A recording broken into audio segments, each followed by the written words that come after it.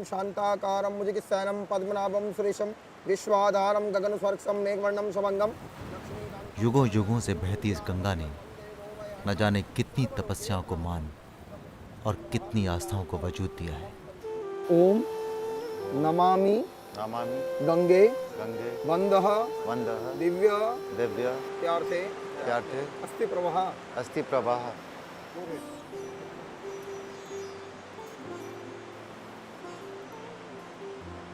न जाने कितने जन्मों का अभिषेक किया है और न जाने कितनी विदाइयों को अर्थ, सम्मान और दिशा दी है।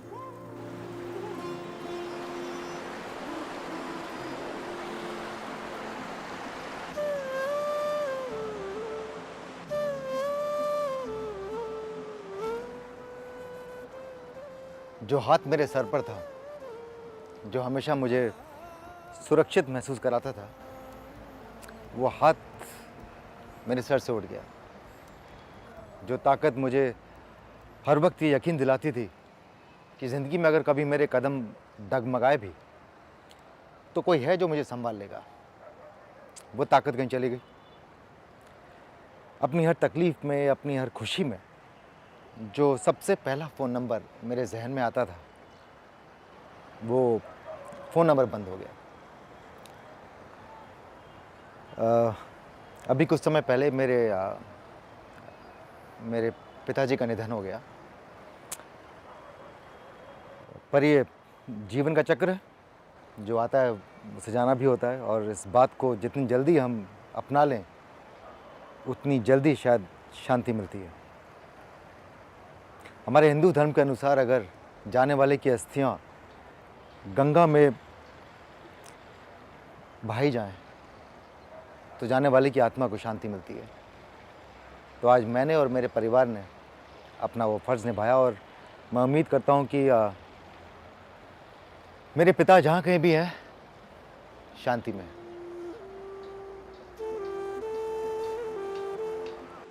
ये महज गंगा का पानी नहीं, एक विश्वास है जिस पर हमारा विश्वास खड़ा है। जैसा सदियों से तू करती आ रही है, आज मेरे कांधों से मेरी जिम्मेदारी लेकर मेरे मन में शांति का आभास कराने के लिए मां गंगा, तेरा अनेकों अनेकों धन्यवाद और अभिनंदन।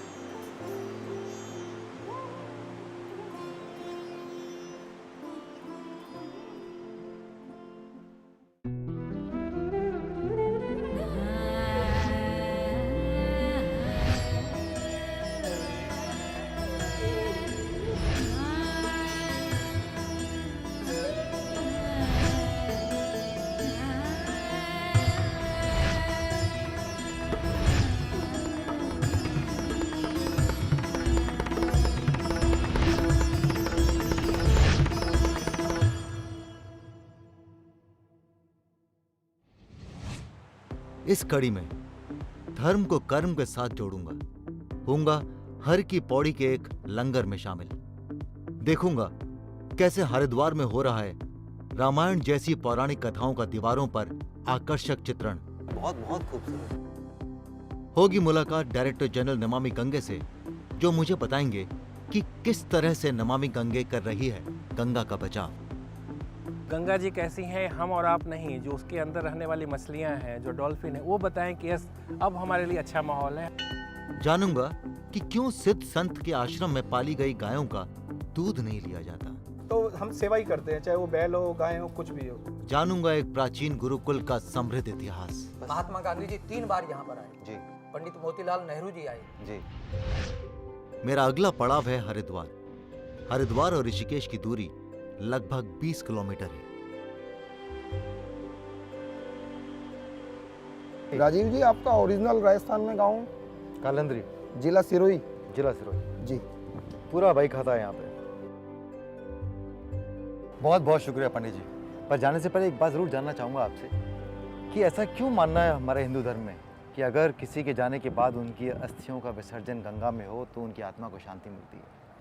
श्री भागीरथ जी महाराज ने राजा सगर के 84 लाख पुत्रों को मोक्ष के लिए माँ भगवती का अवतरण हुआ, और माँ भगवती में अस्थि प्रवाह करने से जीव को मोक्ष प्राप्त होता है। तो एक बात ध्यान में रखिएगा कि आप जब यहाँ पर आते हैं तो सिर्फ अस्थियाँ विसर्जित करके नहीं जाते, आप यहाँ से गंगा का ऋण भी लेकर जाते हैं। यह तीर्थ भूमि हजारों साल पुरानी है। कई परिवर्तनों के बावजूद भारत की आत्मा का स्वरूप यहाँ आज भी विद्यमान है और हर साल लाखों की संख्या में श्रद्धालु अपने पूर्वजों की आत्मा की शांति के लिए हरिद्वार आते हैं।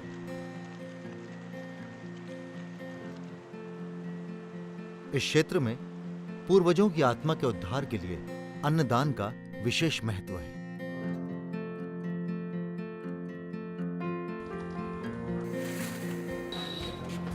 अपने पिताजी की अस्थियां गंगा में विसर्जित करके मैंने धर्म की प्रक्रिया तो निभा ली और मैं उम्मीद करता हूं कि उनकी आत्मा को शांति मिलेगी, पर खुद अपने मन की शांति के लिए मैं यहां आया हूं, क्योंकि मेरा ऐसा मानना है कि किसी को सच्ची श्रद्धांजलि धर्म से नहीं कर्म से दी जाती है। ये लंगर पिछले 50 सालों से हरिद्वार में गरीबों को, भक्तों को, श्रद्धालुओं को अन्नदान करता आ रहा है और मैं यहाँ सेवन के लिए नहीं, सेवा करने के लिए आया। आशुतोष जी, नमस्कार राजीव जी। मुझे ये मौका देने के लिए बहुत बहुत शुक्रिया। ये दरअसल हिंदू धर्म की मान्यता है कि अपने पितरों की स्मृति में लोग अन्नदान करते हैं और मुझे उम्मीद है कि आज आप जब ये कार्य करेंगे तो निश्चित रूप से आपके पितरों को भी उतनी ही शांति मिलेगी और मोक्ष प्राप्त होगा। सेवा वो कर्म है जिससे धन तो नहीं मिलता, लेकिन जो मिलता है उसे धन खरीद भी नहीं सकता। दुआ और सुकून।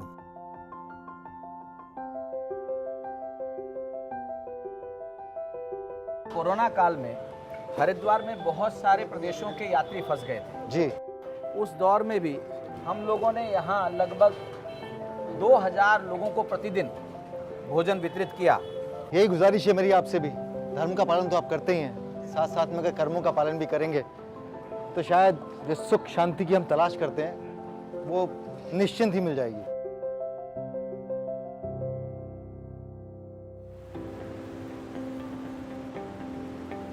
कहते हैं हरिद्वार से हिंदू धर्म के 4 धाम की यात्रा शुरू होती है।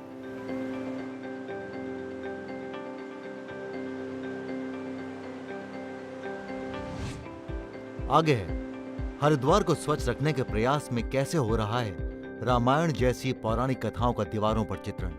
तुम्हारे जैसे युवा अगर इस तरह की सोच रखें तो कितना कितना बदलाव आए। जानूंगा कैसे गंगा के बचाव में आ रहा है एक सकारात्मक बदलाव। लगभग हमने 5 साल में कैपेसिटी को डबल कर दिया है। हरिद्वार को सुंदर और स्वच्छ बनाने में कई एनजीओ जुटे हुए हैं। यहाँ कलाकार अपनी कूचियों से दीवारों पर जहां रंग भर रहे हैं, वहीं रामायण जैसी पौराणिक कथाओं का दीवारों पर चित्रण यहाँ से गुजरने वालों को अपनी ओर आकर्षित करता है। हमने इस रामायण की शुरुआत प्राचीन इतिहास में हमारी जिस तरीके रामायण है उस तरीके से इस रामायण को शुरू किया है। तो अगर किसी ने रामायण नहीं पढ़ी हो तो वो ये आके अगर देख ले तो उसे रामायण का सार समझ में आ जाएगा। तो एक कैनवास बनाया है पूरी दीवार को। कोशिश हम यही कर रहे हैं कि आदमी जब ब्लैंक दीवार के आगे से निकलता है तो उसका दिमाग भी ब्लैंक हो जाता है। बिल्कुल और जब रंग बिरंगी दीवारों में कुछ सीखता हुआ जाता है तो इसको कैनवास की तरह देखता है और देखता है कि हमारे धर्म और हमारा अध्यात्म में क्या क्या सिखाता है। और साइड में हम एक वॉकिंग ट्रैक दे रहे हैं। हम ये ट्रैक इस तरीके से भी डेवलप कर रहे हैं कि लोग अपने घर से अपने बच्चों को लेके आएँ, शाम को एक इवनिंग वॉक कराएं और दिखाएं कि हमारी रामायण में क्या क्या था। तुम्हारे जैसे युवा अगर इस तरह की सोच रखें तो कितना कितना बदलाव आए। तो आओ जरा देखें कलाकार कैसे अपनी कला को दीवार पर उतार रहे हैं। तो राजीव जी, हमारा प्रयास भी यही रहता है कि हम लोकल आर्टिस्ट को और लोकल जो हमारी कला करने वाले लोग हैं उनको हम ज़्यादा फोकस करें और ज़्यादा काम उन्हीं के माध्यम से करें। अब ये लोकल नहीं रहेंगे क्योंकि बड़ी बड़ी कंपनियां ले जाएंगी ना। कितने साल लग गए? सर अभी पिछले 1 महीने से इसका काम हमने शुरू किया था। ये पूरा का पूरा दीवार 1 महीने में? जी सर जी। कितने लोग काम करते हैं साथ में? लगभग 6-7 बंदे हैं इसमें। ये चेहरे जो बनाते हो ये हर जगह पे एक जैसे ही लगते हैं जी। तो उसका कोई फॉर्मेट होता है इसको लेके बनाते हैं? नहीं सर, ये एक अभ्यास हो जाता है। जैसे आदमी निरंतर काम करता है, आपको पता ही है, आप भी एक कलाकार हो। कलाकार की प्रतिभा कलाकार ही जान सकता है। बिल्कुल वही सोच रहा हूँ मैं कि बहुत मेहनत है, बहुत शिद्दत भी है। लेकिन जो हमने काम किया है ये काम के रूप में नहीं किया, हमने एक सेवा भाव के रूप में काम किया। जहाँ राम जी का कार्य होता है तो वहाँ हनुमान जी कैसे पीछे रह सकते हैं। बस ये सेवा भाव बना रहे आपका। अब मैं बताऊं आपको एक बात, जब ये पूरा तैयार हो जाएगा और जब यहाँ पे वो वॉकिंग ट्रैक बन जाएगा और जब लोग निकलेंगे यहाँ से और बोलेंगे क्या खूबसूरत काम है, वाह वाह वाह वाह, आपको पता है ना, वो आपका रिवॉर्ड होगा, वो आपका पुरस्कार होगा। हम खुद स्वयं यहाँ से निकलते हैं तो एक अपने आप में गर्व होता है कि जो प्रयास किया था वो एक सफल होने की ओर अग्रसर है, और उसको देख के एक सीना चौड़ा होता है। जी, मेरी अब यही उम्मीद रहेगी कि आपका जो सीना चौड़ा हुआ ना, ये हमेशा चौड़ा रहे। सर अगर आप ऐसे ही आते रहोगे तो और चौड़ा होता रहेगा। बहुत बहुत शुक्रिया। ये देखकर भी अच्छा महसूस होता है कि अपने शहर को सजाने और संवारने की जिम्मेदारी शहर के लोग खुद उठा रहे हैं। काश हम सब भी अपने अपने शहरों को इसी तरह से प्यार करें और सम्मान दें। यहाँ शहर को सुंदर और स्वच्छ रखने के लिए लोग क्या क्या कर रहे हैं ये मैंने देखा, लेकिन अब देखूंगा सरकार के स्तर पर क्या हो रहा है। गंगा के घाटों, गंगा के जल और हरिद्वार की तस्वीर बदलने में नमामि गंगे का बड़ा योगदान है। यहाँ पर कई घाटों को संवारा गया है। नमामि गंगे तहत इस काया पलट के पीछे जिन व्यक्तियों का योगदान है, उनमें से एक से मैं आज मिलूंगा। अब हरिद्वार में मैं एक ऐसे शख्स के साथ में हूँ जो मुझे बहुत ऊर्जा देते हैं, इस शो को करने की ऊर्जा देते हैं, क्योंकि उनकी जो एक ईमानदारी है, कर्मठता है इस पूरे मिशन को लेकर, बहुत बड़ा कारण है मेरा इस शो को करने के लिए। मैं बात कर रहा हूँ NMCG के महानिदेशक श्री राजीव रंजन मिश्र जी की। सर नमस्कार। नमस्कार राजीव। बहुत अच्छा लगा आपसे मिलके। Same here. आपसे मिलके मुझे भी उतनी ही ऊर्जा मिलती है। नहीं सर, जनरली कभी भी कोई गवर्नमेंट रिलेटेड प्रोजेक्ट करते हैं तो हमेशा ऐसा लगता है कि शायद प्रोपेगेंडा होगा, पर मैं चूंकि पहला सीजन कर चुका हूँ, मैंने देखा है, फर्स्ट हैंड देखा है मैंने।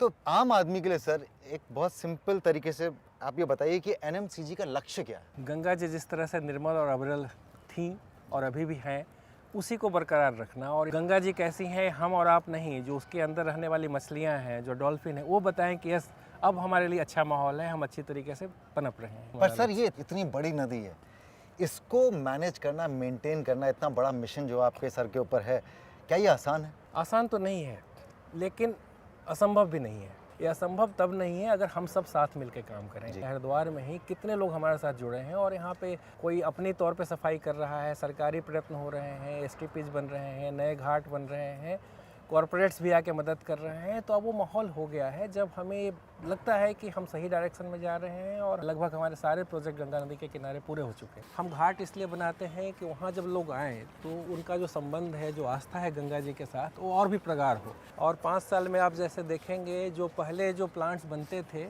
तो बना तो दिया जाता था, लेकिन उसकी कोई चलाने की व्यवस्था नहीं होती थी। अब जो हमने प्लांट्स बना, उसको 15 साल और आगे चलाने की व्यवस्था भी कर रहे हैं। एक जो आदमी बनाएगा वही उसको 15 साल तक चलाता रहेगा। क्या इन एफर्ट से 5 सालों में कुछ फ़र्क पड़ा है? बहुत फ़र्क पड़ा है। लगभग हमने 5 साल में कैपेसिटी को डबल कर दिया है।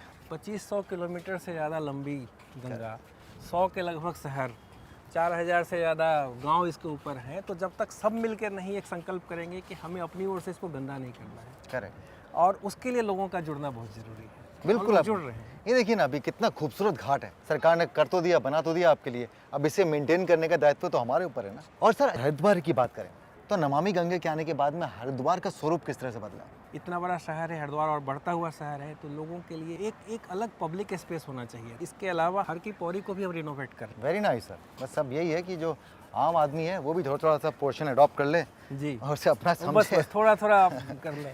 थोड़ा कंट्रीब्यूशन बहुत फर्क लाएगा। चंडी घाट पर बातचीत के बाद NMCG के डायरेक्टर जनरल मुझे घाट पर बने म्यूजियम में ले गए। गंगा के ऊपर यह अपनी तरह का देश में पहला म्यूजियम है।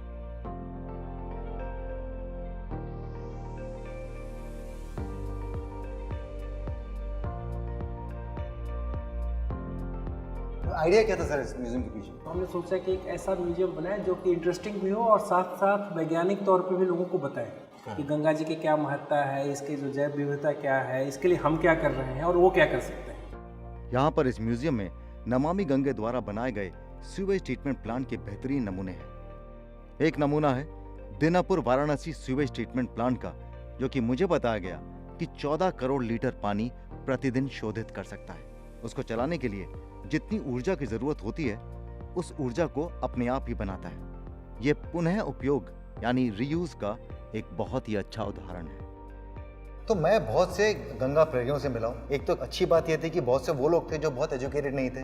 तो आपके लिए क्या मुश्किल होता है लोगों को कन्विंस करना है इससे जुड़ने के लिए? देखिए क्या है कि कंजर्वेशन एक ऐसा फील्ड है जहाँ पर लोगों का जुड़ाव तो है, लेकिन उस जुड़ाव को एक प्रैक्टिकल रूप में लाना बहुत डिफिकल्ट है, क्योंकि अपेरेंटली तो एक कन्फ्लिक्ट है जी। कि भाई अगर हम कंजर्वेशन करेंगे तो हमारा लाइवलीहुड नहीं बचेगा, लेकिन हमारा ट्रेडिशन देखे, हमारा कल्चर देखे तो उनका कंजर्वेशन भी है। तो हमें उस एस्पेक्ट को उठाना है। ये डायरोमा अगर आप देखेंगे तो ये एक ही पिक्चर में अगर कोई भी व्यक्ति आता है तो वो देख सकते हैं कि गंगोत्री में लेकर स्नो लेपर्ड और उसकी जो प्रे स्पीशीज़ है वो वहाँ से प्लेन्स में जब हम आते हैं तो घड़ियाल, डॉल्फिन, बर्ड्स, और जब हम सुंदरबन ग्रुप में पहुँचते हैं तो वहाँ पर रॉयल बंगाल टाइगर और ये मॉनिटर लिजर्ड, तो ऐसे एक ग्लिम्स में देख सकते हैं कि गंगा के अंदर जीवन क्या है। देखिए सिर्फ हम लोग ये इस पे डिपेंडेंट नहीं है, इतनी स्पीशीज इस पे डिपेंडेंट है। इसीलिए गंगा का जीवित रहना और गंगा का अविरल रहना बहुत बहुत ज़रूरी है।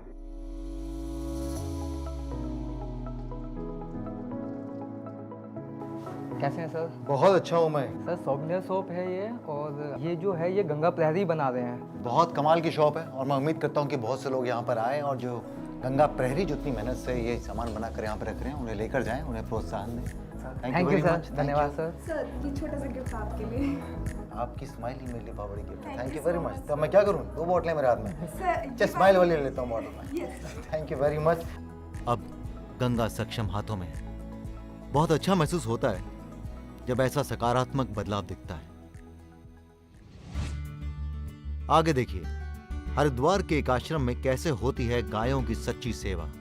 हमारे पास लगभग जो है 300 से भी अधिक गायें हैं। जानूंगा कैसे 100 साल पुराने गुरुकुल ने आजादी के आंदोलन में किया योगदान।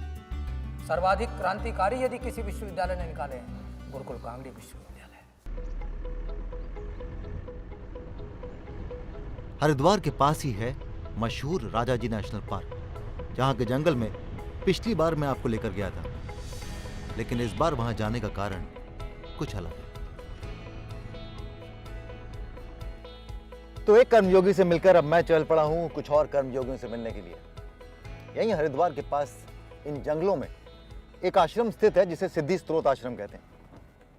अब ऐसी मान्यता है कि यहाँ कभी किसी महर्षि ने, महात्मा ने सिद्धि प्राप्त की थी, इसलिए इस जगह को इच्छा स्थान भी कहते हैं।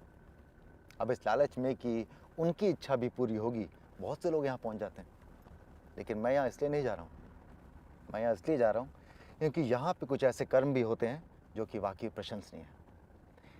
इस आश्रम में रहने वाले योगी साधु सड़कों पर जो लावारिस गायें होती हैं उन्हें अपनी शरण में ले लेते हैं, और उन गायों का जो दूध होता है वो उन्हीं के बछड़ों को दिया जाता है जो कि उसके असली हकदार हैं।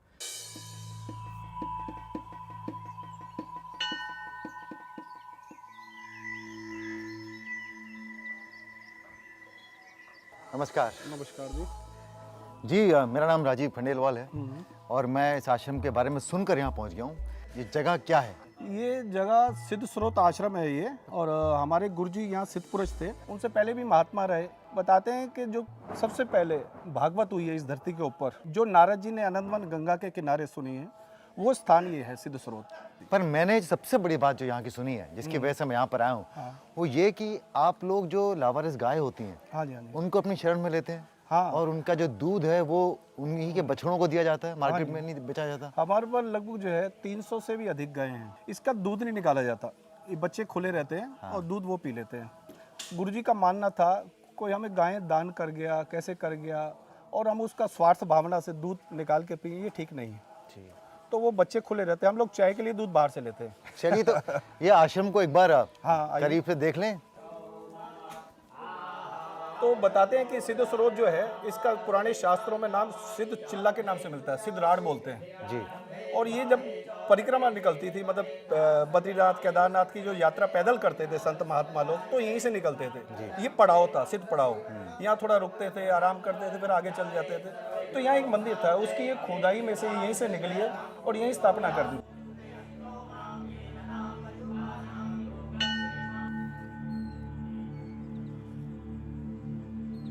ये हजारों साल से चलता आ रहा है, ये परंपरा है। कई महात्मा यहाँ सिद्ध हुए हैं। और ये जो दोने के अंदर ये चिमटे देख रहे हैं आप, ये त्रिशूल, ये जो लगे जी, हुए हैं जी। बताते हैं कि कोई भी संत महात्मा 10-20 साल 25 साल कहीं तप कर लेता है, तप करने के बाद फिर वो आगे हिमालय में बढ़ता है, वो स्थान छोड़ता तो अपनी एक निशानी छोड़ देता है। तो उन्हें महापुरुषों की निशानियां हैं। भाई यहाँ गौशाला दिखाते हैं, हमारी गौशाला है, लगभग 300 गायें बताया था आपको, 300 प्लस हमारे पास गायें हैं। हमारे पास जितनी गायें हैं ना, कोई ऐसी गायें हम दुखिया देख लेते हैं सड़क पे, कोई कहता है कि वहाँ ऐसी कोई गाय है को उसकी आप सेवा कर लो, तो हम मना नहीं करते, कोई बात नहीं, तो फिर वहाँ से ले आते हैं। तो हम सेवा ही करते हैं, चाहे वो बैल हो, गाय हो, कुछ भी हो। ऐसा कहते हैं कि ऐसे स्थानों पर ध्यान करने से एक अलग शांति और ऊर्जा प्राप्त होती है। तो बस मैंने भी अपनी आंखें मूंद ली। जहां साधु संतों ने तपस्या की है, वहां सैकड़ों वर्षों के बाद भी आध्यात्मिक तरंगें महसूस की जा सकती हैं। गंगा जब पहाड़ों से उतरती है तो अपने पीछे स्मृतियों का अलग संसार छोड़ते हुए आगे बढ़ती है। अधिकतर लोग हरिद्वार किसी ना किसी धार्मिक कार्य की वजह से आते हैं, इसलिए शायद अधिकतर लोग हरिद्वार को उतना ही जानते हैं। पर हरिद्वार के इर्द गिर्द कुछ ऐसे गुप्त स्थान हैं जिसके बारे में शायद बहुत कम लोग जानते हैं, और जहां पिछले सीजन में मैं आपको नहीं ले जा पाया था, इसीलिए इस सीजन में मैं आपको एक ऐसे ही स्थान पर लेकर जा रहा हूं। इस विशाल नदी के एक छोर पर बसे लोगों को कभी कभी दूसरे छोर के बारे में पता नहीं होता। जहां मैं आपको लेकर जा रहा हूं उस जगह के बारे में भी ज्यादातर लोगों को पता नहीं है। यह एक ऐसी जगह है जहां पहुंचना भी आसान नहीं है।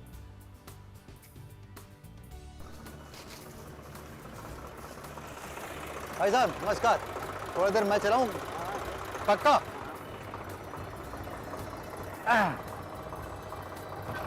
मैं निकला ट्रैक्टर लेके। बहुत बहुत शुक्रिया, थैंक यू। गुप्त स्थल पर पहुंचने के विभिन्न तरीके हैं, आसान थोड़ी ना होता है किसी ऐसे गुप्त स्थल पर पहुंचना। आइए राजीव जी। नमस्कार नमस्कार भाई, नमस्ते। तो इस खास जगह तो मैं आपको लिया, लेकिन ये जगह क्यों खास है इसके बारे में बताएंगे एक बहुत ही खास इंसान, प्रोफेसर सत्यदेव जी। आप जहाँ पर खड़े हुए हैं जी, ये एक टापू है, अच्छा, चंडी मंदिर। हाँ। उसके और ये गंगा नदी के बीच में स्वामी श्रद्धानंद जी महाराज, उन्होंने सोचा कि मैं एक ऐसे प्राचीन गुरुकुल की स्थापना करूंगा जैसे प्राचीन काल में महाभारत में या रामायण में आपने सुने थे। वहाँ से भारतीय संस्कृति और सभ्यता और वैदिक धर्म का कार्य प्रारंभ होगा। अच्छा। और देश को आज़ाद करने के लिए यहाँ से नवयुवक तैयार होंगे। इस गुरुकुल की स्थापना उन्होंने 4 मार्च 1902 को की। अच्छा, चल के देखें जरा करीब हाँ। से। तो ये कब तक चालू था, कब तक यहाँ लोग शिक्षा लेते थे? ये 1922 तक यहाँ पर रहा। उसके बाद जो है यहाँ बाढ़ आ गई। तो कोई विद्यार्थी निकले जिन्होंने आगे जाके बहुत हाँ, हमारे यहाँ तो ये बहुत पत्रकार हुए। हिंदुस्तान जो आप समाचार पत्र सुनते हैं जी, पंजाब केसरी जो समाचार पत्र सुनते हैं जी, ये सब का सब यहाँ के स्नातकों ने स्थापित किया हुआ है। उन्हीं के नाम से अभी भी निकलता है।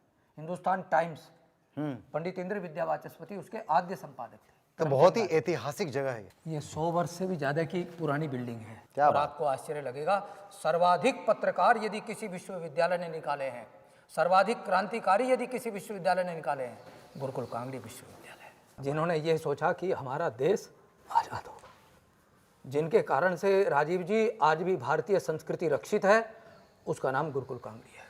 भारत का पहला विश्वविद्यालय है जो 1902 में केवल इसलिए स्थापित किया गया था कि अंग्रेजी साम्राज्य की नींव खोखली करके रहेंगे।